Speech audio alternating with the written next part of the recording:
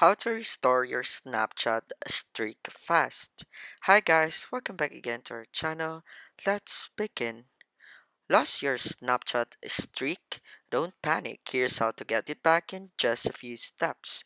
I'll show you how to restore your streak in under 2 minutes step by step. Step 1. Show screen recording. Open Snapchat, tap your Bitmoji, go to Settings, Support, then I need help. Select the Snap streaks and tap Let us know. Step 2.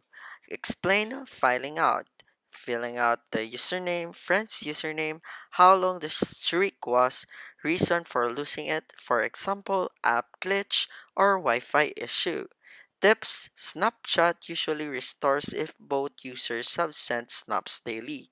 Step 3. Once you submit, Snapchat will review your request and usually respond in 24 or 48 hours. This is an optional. Mention that they might not restore if streaks were lost due to inactivity. And that's it. Like and subscribe for more Snapchat tips. Drop a comment if this worked for you. Thank you for watching and don't forget to subscribe the channel.